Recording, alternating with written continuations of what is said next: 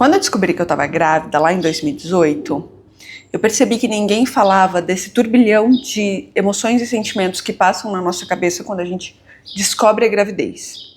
E aí eu comecei a pesquisar e acessar todos os livros e filmes que eu podia, que na época foram mais de 30, eu devo ter visto, sei lá, uns 40 filmes ao longo da gestação e durante o puerpério, mas nenhum deles falava do emocional da gestante. Ou era falando sobre o parto, puerpério e amamentação, ou exclusivamente sobre o bebê. E aquilo só reforçava a sensação de que eu deveria saber. Se eu não sabia como lidar com aqueles sentimentos, então a culpa era minha, tinha algo de errado comigo. Mas eu entendi que não. Outras mulheres também se sentiam assim.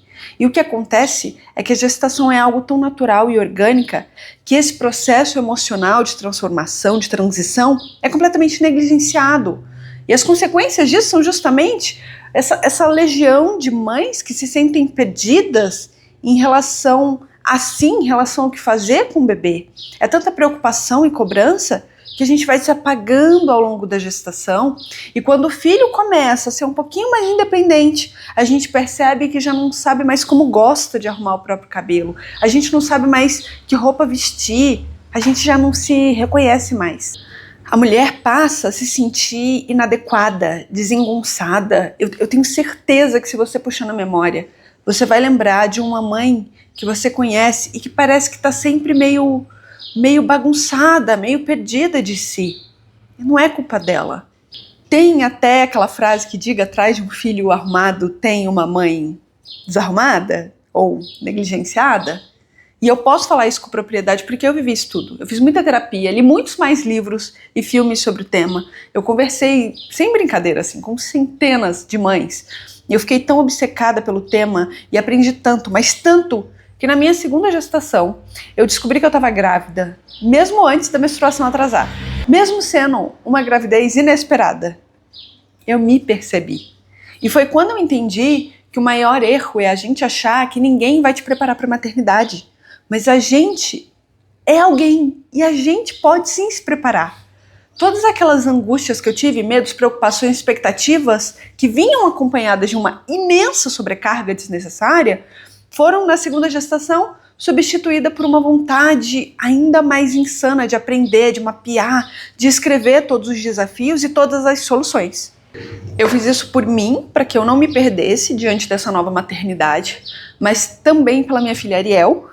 Por isso o nome do livro, porque quando eu olhei para a minha história, eu vi que a minha mãe e a minha irmã tinham passado suas primeiras gestações sozinhas também. E me deu um enorme temor de que a minha filha vivenciasse isso desnecessariamente, tudo sozinha. Então, depois que ela nasceu, eu tinha uma quantidade absurda de cartas escritas e o meu trabalho foi compilar e aperfeiçoar com mais estudo tudo que eu escrevi nesse livro. O Cartas para Ariel é o meu sucesso particular. Eu já fiz alguns envios e eu venho recebendo feedbacks positivos. E me alegra saber que algo que eu fiz com todo amor para mim e para minha filha possa ajudar tantas mães a não se perderem de si ou a se reencontrarem. A gente sabe que a cultura do livro, infelizmente, no Brasil não é tão acessível e por isso mesmo eu publiquei o livro em 2 formatos. O físico tradicional, para quem quer e pode ter o livro em mão, mas também em e-book, onde eu possa dar exatamente o mesmo conhecimento, mas por um preço mais acessível. A maternidade já é desafiadora o suficiente. E a gestação não deve ser o início do autoesquecimento dessa mulher, muito pelo contrário, é o momento de estar segura de si, para que esse processo de transformação em uma mulher criadora seja voltado para aperfeiçoar as qualidades e trabalhar as fraquezas. O livro mostra o caminho para que a mulher mergulhe em si nessa fase da vida. Ele não é terapia, mas ele é terapêutico, porque ele serve como uma amiga que te ajuda a refletir sobre os caminhos que você deve e quer seguir e aprenda a dizer não para os caminhos que você não enxerga como seus. Eu defendo a ideia de que conhecimento liberta e nos dá autonomia para fazermos as próprias escolhas. E aí você imagina o autoconhecimento. Prestar atenção no que está acontecendo é isso. A gestação ela é transformadora. E se a mulher fica se sentindo ansiosa, preocupada, ela se perde de si. E perde também esse processo lindo que é justamente gestar junto ao bebê a mulher criadora que ela está se tornando. Então, caso você seja ou conheça alguma gestante ou mãe, adquira o livro, se dê ou dê de presente, leia e aplique o que foi escrito.